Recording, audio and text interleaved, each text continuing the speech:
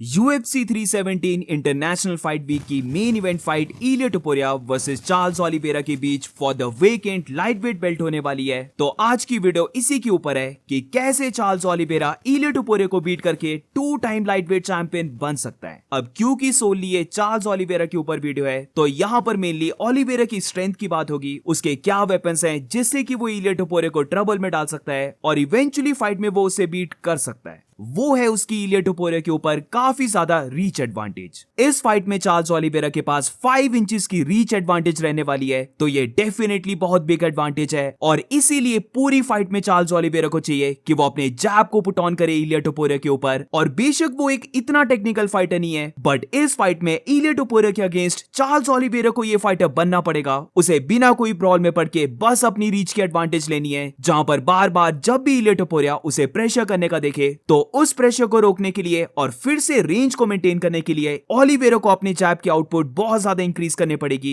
और जैसे ही वो जैब्स को थ्रो करे उसके बाद सबसे बेस्ट रहेगा अगर ओलिवेरा सर्कल अराउंड कर ले। इलिया टोपुरिया की हर एक फाइट में हमने देखा है कि वो बहुत स्मॉल स्टेप्स लेकर अपने ओपोनेंट के साथ रेंज को क्लोज करता है और बेसिकली फिर केज को कट करके एक जगह ओपोनेंट को ट्रैप कर लेता है। तो ओलिवेरा को इस ट्रैप से बचना होगा और इसके लिए जैसे मैंने कहा अपनी रेंज को यूटिलाइज करके उसे बार बार जैब को पुट ऑन करना पड़ेगा। मे बी वो जैब के साथ अपने राइट पंच को भी थ्रो कर दे, बट फिर उसके बाद सर्कल करके वापस फाइट को ऑक्टेगन के सेंटर में लाना ये ओलिवेरा को करना होगा, ताकि इलिया टोपुरिया को फिर से अपने प्रेशर को स्टार्टिंग से स्टार्ट करना पड़े। अब दोनों के बीच में हाइट और साइज का भी बहुत डिफरेंस है, तो नॉट ओनली फाइट में चार्ल्स ओलिवेरा के पास आर्म की रीच ज्यादा होगी, बट ऑब्वियसली जो उसकी लेग रीच है वो भी ज्यादा रहने वाली है। और इसीलिए जो वो अपनी हर एक फाइट में करता है वो उसे यहां पर भी करना है। जिधर इलिया टोपुरिया के अगर हम स्टांस को देखें तो वो जब भी अपने ओपोनेंट को प्रेशर करने का देखता है तो उसका स्टांस देखना वो थोड़ा सा वाइड रहता है एंड ऑब्वियसली जो उसकी लीड लेग है वहां पर उसका बॉडी प्रेशर ज्यादा रहता है। तो ओलिवेरा को डेफिनेटली यहां पर इलिया टोपुरिया की लेग्स को चॉप करने की ट्राई करनी चाहिए। Not only simple leg kicks, but जो वो ऑब्लिक किक्स को थ्रो करता है वो यहां पर इलिया टोपुरिया के ऊपर ट्राई करनी चाहिए। और जैसे कि इलिया टोपुरिया की थाई की सर्जरी हुई है और इसीलिए उसकी थाई में थोड़ा सा गैप दिखता है, तो व्हाई नॉट यहां पर चार्ल्स ओलिवेरा उसे टारगेट करे। मे बी वो उसे हर्ट कर दे, बट ओवरऑल बार बार लेग किक्स को थ्रो करके वो डेफिनेटली जो इलिया टोपुरिया अपनी लीड लेग को पुट ऑन करता है उसे हर्ट कर सकता है और इससे जो इलिया टोपुरिया का स्टांस रहता है वो पूरा डिसरप्ट हो सकता है। अब यहां पर मैं लेग किक्स की बात कर रहा था, बट ऑल्सो इसके साथ क्योंकि इलिया टोपुरिया का साइज काफी छोटा रहने वाला है, तो व्हाई नॉट यहां पर जो चार्ल्स ओलिवेरा माइकल चैंडलर के सामने फ्रंट किक्स को थ्रो करने की ट्राई कर रहा था, वो अगर वो इलिया टोपुरिया के अगेंस्ट करे तो मे भी हो सकता है कि इनमें से कोई किक इलिया टोपुरिया के फेस में भी लैंड हो जाए, क्योंकि इलिया टोपुरिया एक तो शॉर्ट फाइटर है और इसके ऊपर से वो अपने स्टांस को भी थोड़ा सा वाइड रखता है, तो ये उसे थोड़ा सा और शॉर्ट बना देता है। अब एक चीज यहां पर ओलिवेरा की नेगेटिव भी बात कर लेते हैं जो मैंने उसकी बहुत सारी फाइट्स में देखा है, और वो है कि कभी कभार चार्ल्स ओलिवेरा बस अपने गार्ड को ऊपर रखकर स्टैंड कर जाता है एक जगह, जिधर वैसे तो वो अपने ओपोनेंट को यहां पर काउंटर करने के लिए करता है। जैसे कि फॉर एग्जांपल वो जानबूझकर इस स्टांस को ले लेगा ताकि उसका ओपोनेंट रेंज को क्लोज करके उसके ऊपर एक या फिर 2 शॉट्स को लैंड करे जो उसके गार्ड में लगेंगे, और एकदम से वहां पर ओलिवेरा अपने बिग पंच से उसे काउंटर करने की ट्राई करेगा। बट ये चीज कंप्लीटली चार्ल्स ओलिवेरा को इलिया टोपुरिया के अगेंस्ट अवॉइड करनी है, क्योंकि इलिया टोपुरिया कोई ट्रेडिशनल स्ट्राइकर नहीं है जो बस एक 1-2 या फिर मैक्सिमम 3 पंच कॉम्बिनेशन थ्रो करेगा, बल्कि इलिया टोपुरिया की अगर हम स्ट्राइकिंग को देखें तो वो 3, 4 इवन 5-6 पंच कॉम्बिनेशंस को भी थ्रो करता है, जिसमें बॉडी शॉट्स भी रहते हैं। और क्योंकि चार्ल्स ओलिवेरा को जो गार्ड है वो काफी हाई गार्ड रहता है, तो इसीलिए मेरी ओपिनियन में ये जो ओलिवेरा चीज करता है जहां पर वो स्टैंड स्टिल होके बस अपने ओपोनेंट की बीटिंग को लेता है ताकि वो उसे काउंटर कर सके,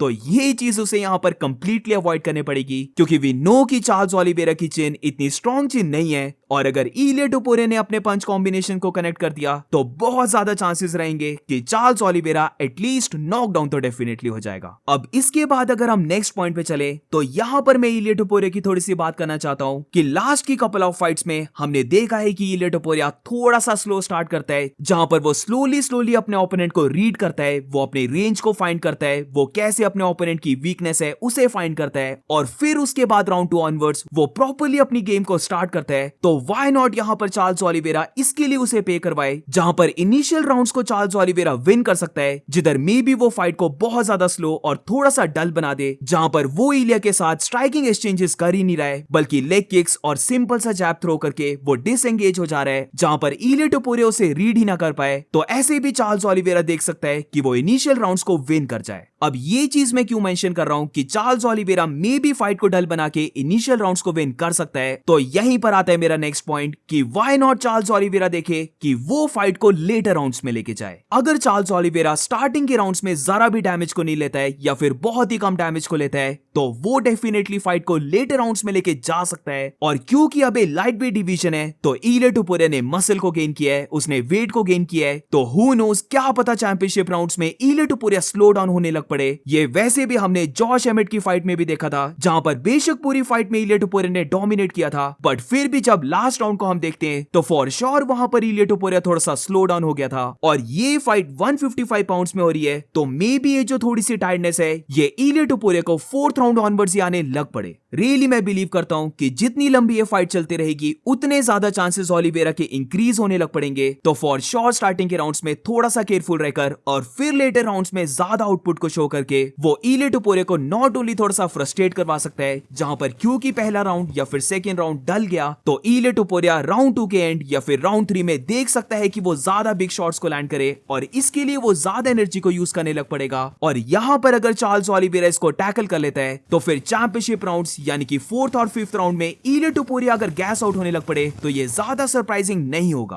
अब इसके बाद मेरा सबसे बड़ा पॉइंट आता है, और वो है ग्रैपलिंग। इलिया टोपुरिया अपनी रेसलिंग या फिर इन जनरल ग्रैपलिंग बोलो उसे बहुत हाई रिगार्ड में रखता है, बट अभी तक अगर हम उसकी फाइट्स को देखें तो उसने इतने ज्यादा इंसेन रेसलर्स के साथ फाइट नहीं की है। यस, उसने रायन हॉल को नॉकआउट किया था और ब्राइस मिचेल को सबमिट किया था, बट उन दोनों फाइटर्स के पास चार्ल्स ओलिवेरा जैसी स्ट्राइकिंग, चार्ल्स ओलिवेरा जितनी साइज एडवांटेज नहीं थी। और वैसे भी इसके ऊपर से अगर हम देखें तो बेशक ब्राइस मिचेल को इलिया टोपुरिया ने सबमिट किया था, बट फाइट में ब्राइस मिचेल इलिया टोपुरिया को ग्राउंड में लेके चले गया था। तो व्हाई नॉट यहां पर चार्ल्स ओलिवेरा इलिया टोपुरिया की रेसलिंग को टेस्ट करे, उसकी ओवरऑल ग्रैपलिंग को टेस्ट करे। वो जितना सुपीरियर अपनी ग्रैपलिंग को बोलता है, तो क्यों ना उसे टेस्ट किया जाए जहां पर चार्ल्स ओलिवेरा ग्रैपलिंग कर रहा है। वैसे चार्ल्स ओलिवेरा एक ट्रेडिशनल रेसलर नहीं है जहां पर वो सिंगल लेग या फिर डबल लेग टेकडाउन्स को शूट करे, but last fight against Michael Chandler में सबको चार्ल्स ओलिवेरा ने थोड़ा सा शॉक कर दिया था, जहां पर वो चैंडलर के ऊपर सिंगल लेग टेकडाउन्स को शूट कर रहा होता है। और फिफ्थ राउंड को अगर हम एक्सक्लूड कर दें तो up to 4 rounds Charles Oliveira better than ever दिखा था। जो उसकी पूरी फाइट में ग्रैपलिंग अप्रोच थी उसने बहुत एडवांटेज दी थी उसे, तो व्हाई नॉट वो यहां पर इलिया टोपुरिया के ऊपर भी ट्राई करे। अब इलिया टोपुरिया को ग्राउंड में लेके जाना थोड़ा मुश्किल हो सकता है, क्योंकि इलिया टोपुरिया एक शॉर्ट फाइटर है, तो ओलिवेरा को यहां पर थोड़ी सी ट्रबल हो सकती है, और ये हल्का सा डेफिनेटली रिस्की रह सकता है, जहां पर टेक डाउन्स की टाइमिंग अगर ओलिवेरा की सही नहीं रही तो फिर इलिया टोपुरिया उसे अपने पंच से पनिश करने वाला है। बट अगर वो इलिया टोपुरिया को ग्राउंड में लेके चले जाता है तो ये जो साइज फैक्टर है ये ग्राउंड में मैसिवली चार्ल्स ओलिवेरा को फेवर करने वाला है, जहां पर वो इलिया टोपुरिया को ग्राउंड में होल्ड कर सकता है। और अगर यहां पर इलिया टोपुरिया ने कोई भी गलती की तो वी नो कि चार्ल्स ओलिवेरा की जो ग्राउंड गेम है वो काफी इंसेन है, तो वो यहां पर इलिया टोपुरिया को सबमिट भी कर सकता है। नॉट ओनली सबमिशन, बट जैसे मैंने पहले बात की थी कि ओलिवेरा को ट्राई करनी चाहिए फाइट को थोड़ा सा लेटर राउंड्स में लेके जाने की, तो अगर वो इलिया टोपुरिया को ग्राउंड में लेके चले जाता है, वो भी अगर मल्टीपल टाइम्स और मल्टीपल राउंड्स में, तो ये फाइट ऑटोमेटिकली लेटर राउंड्स में जा सकती है। और तब तो डेफिनेटली मुझे लगता है कि फोर्थ या फिर एटलीस्ट फिफ्थ राउंड में तो इलिया टोपुरिया काफी स्लो हो जाएगा। सो दैट्स इट गाइस, ये थे चार्ल्स ओलिवेरा के सारे पॉइंट्स जिससे मुझे लगता है कि चार्ल्स ओलिवेरा एडवांटेज ले सकता है एंड ओवरऑल इलिया टोपुरिया को बीट कर सकता है। और मे बी यहां पर मैं थोड़े से पॉइंट्स को मिस भी कर रहा हूं, तो अगर तुम्हारे माइंड में कोई पॉइंट है जिससे कि चार्ल्स ओलिवेरा को इलिया टोपुरिया के अगेंस्ट और भी एडवांटेज मिल सकती है, तो do let me know in the comments, और मिलते हैं नेक्स्ट वीडियो में।